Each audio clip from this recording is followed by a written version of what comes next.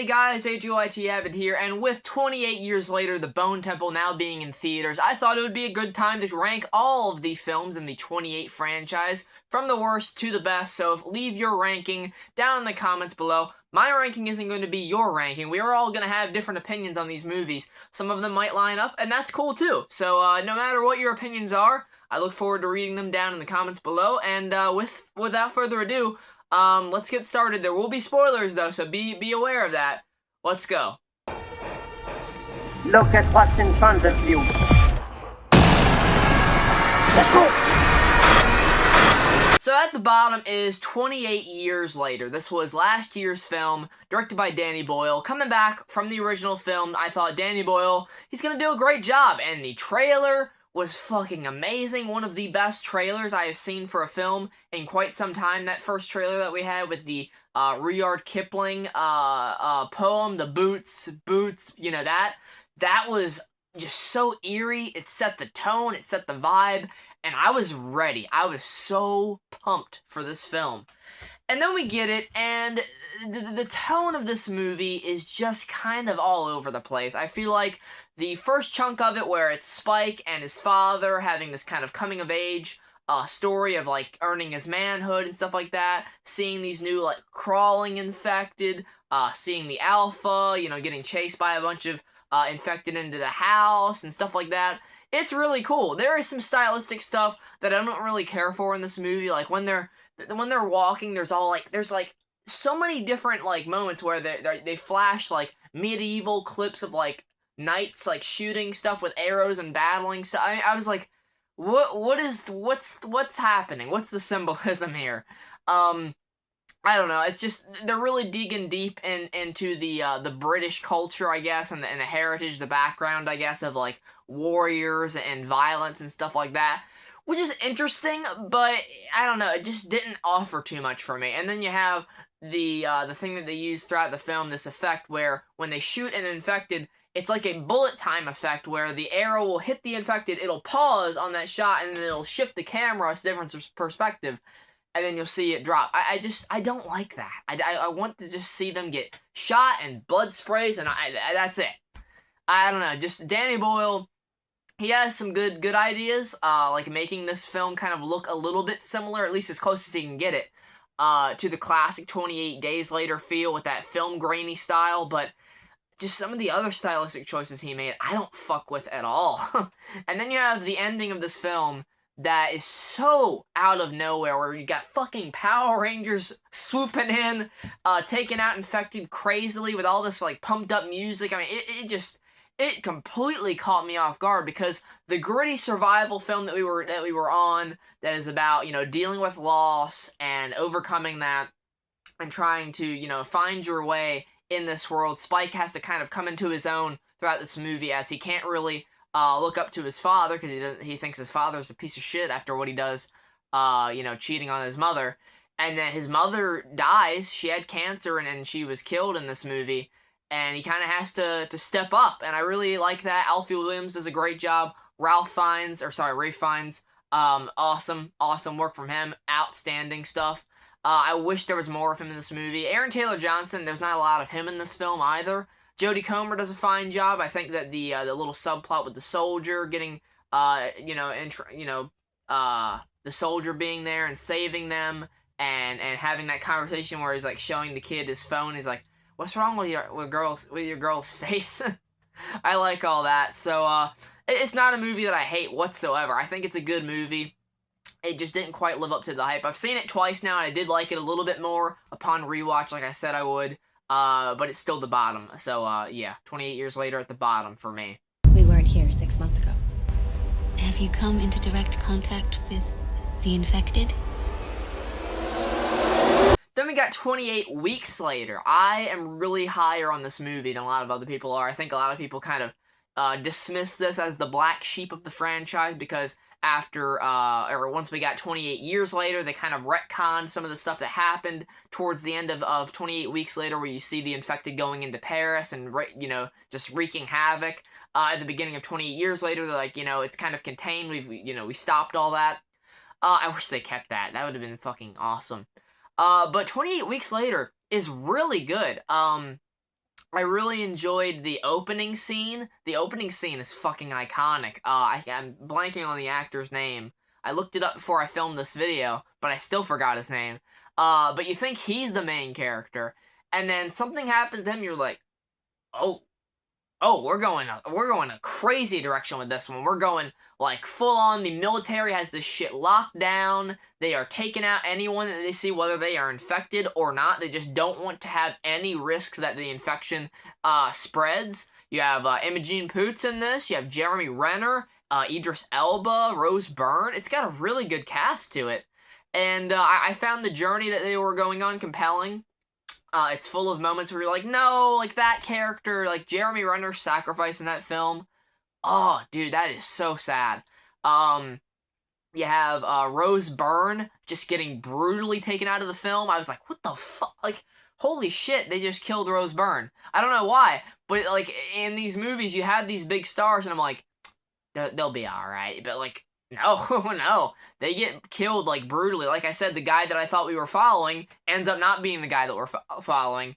There's some conveniences in there for sure. Like the father zombie follows the kids like from fucking miles and miles away, all the way. Like he starts off in this quarantine zone, gets infected, and then by the end of the movie, we're like on a total opposite end of the city, and he's still going after these fucking kids. I thought that was kind of convenient, but I mean, fuck it. It added some entertainment, because I really did enjoy the actor's performance as the zombie, as well as, you know, when he's a human, because he's a piece of shit as a human as well, as you can see from the opening scene.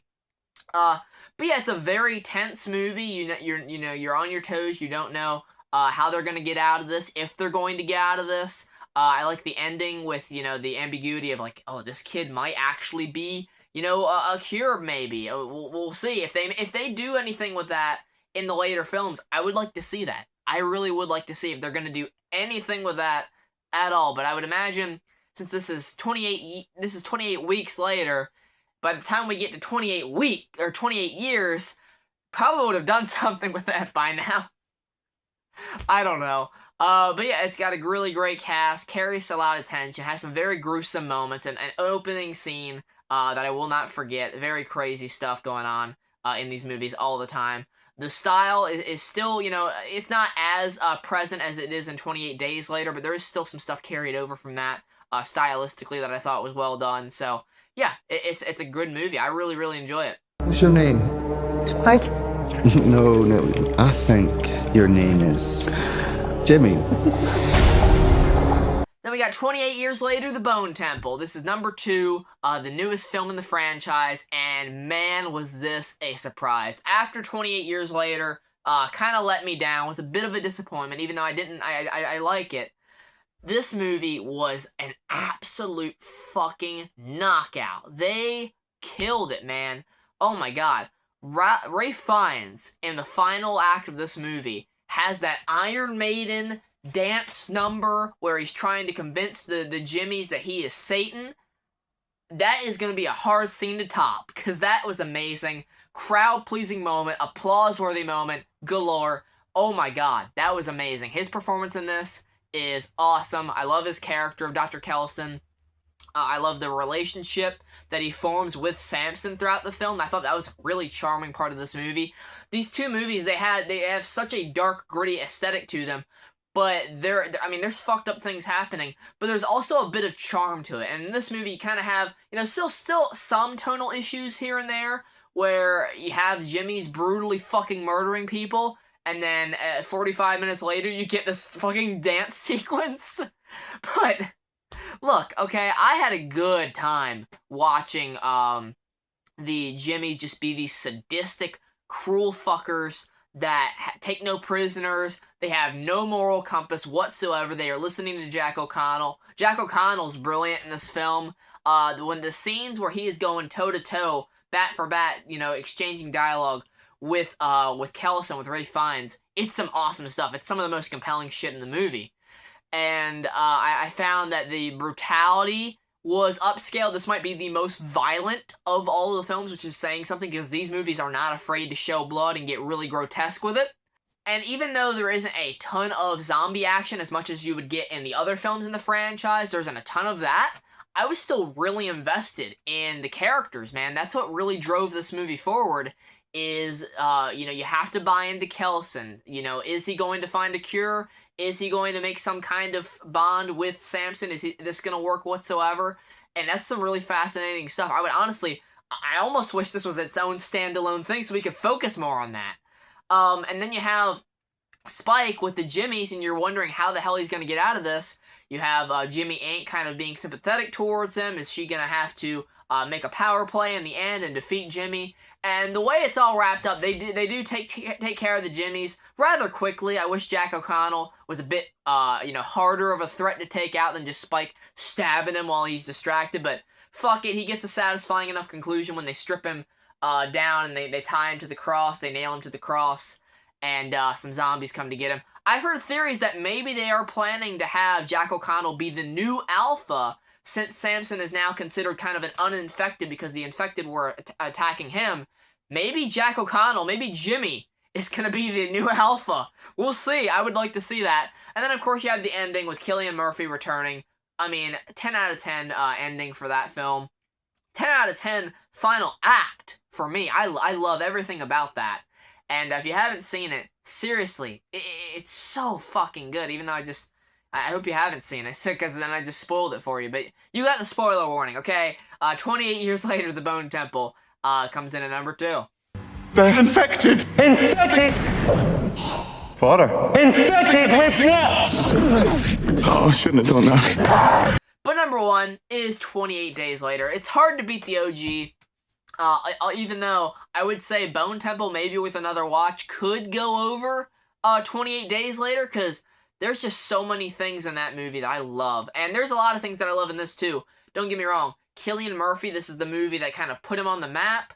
This is a movie that reignited the zombie genre, which is something that I hold really close to my heart because of franchises like The Walking Dead. Movies like Shaun of the Dead also contributed with this film, along with this movie. You have, of course, Romero making another film. You had Zack Snyder's Dawn of the Dead. There are so many zombie pieces of media that were reignited, re-influenced. That whole genre had like a fire lit under it after this movie because it's so well done. The atmosphere of this film, you feel like you are with Cillian Murphy on this lone, desolate, just wasteland of London, and it's some brilliantly made filmmaking. I gotta tell you. Even though the film grain, I could get why someone else would like hate to watch that. Like, why would you want to watch something as grainy as this? But like, it's the early 2000s, right? Like, I'm willing to forgive that. It's before we really got into like using IMAX cameras and all that kind of shit. I'm just happy that it fucking functions. It looks fucking good for what it is. And the performances are very good, with the exception of the little girl. The little girl has a performance in this movie that is fucking terrible. I'm sorry, but it sticks out like a sore thumb. Brendan Gleeson is devastating in this movie. His role, oh god, that scene, that you know what scene I'm talking about. That is some devastating shit. And the ending kind of teasing what we kind of go into later on in these films, with the humans kind of being a more sadistic and more imposing threat than the infected. But don't get me wrong, the infected are fucking rabid in this film, as they are in every installment. But in this movie, you get that military group that takes Cillian Murphy and his fellow travelers. They are like just really doing some bad shit to the girls. They're trying to, like, I don't know, you know what they were doing. Their intentions were fucking bad with all three of them. And that final act where that theme kicks in, that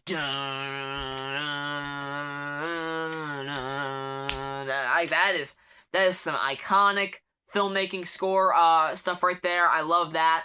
And Cillian just going on a mad dash, getting all these guys killed with help from the infected. I loved every bit of that. The ending provides so much hope. It's a movie that doesn't end with like this ambiguous nature or this look at like maybe this is gonna be a bittersweet end for them. Maybe this ends dark, but no, it's a hopeful ending. And as we see from the ending of Bone Temple, it's very successful in their attempts to be rescued. And I think it's a satisfying way to end the film.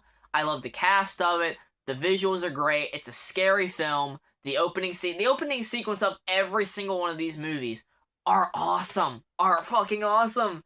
And it's a franchise that initially, with 28 years later, I was a little bit downer on. I wasn't as excited, but now with Bone Temple, I am incredibly excited to see what the hell comes next in this franchise. So, I hope you guys enjoyed. Like, once again, tell me your ranking down in the comments below. And make sure to check out my review for Bone Temple. I'm going to have my reaction to the Oscar nominations tomorrow. And if Wicked for Good gets in for score, you're going to see me fucking curse a lot. And with that, yeah, thanks so much for watching, guys. Take care, and goodbye.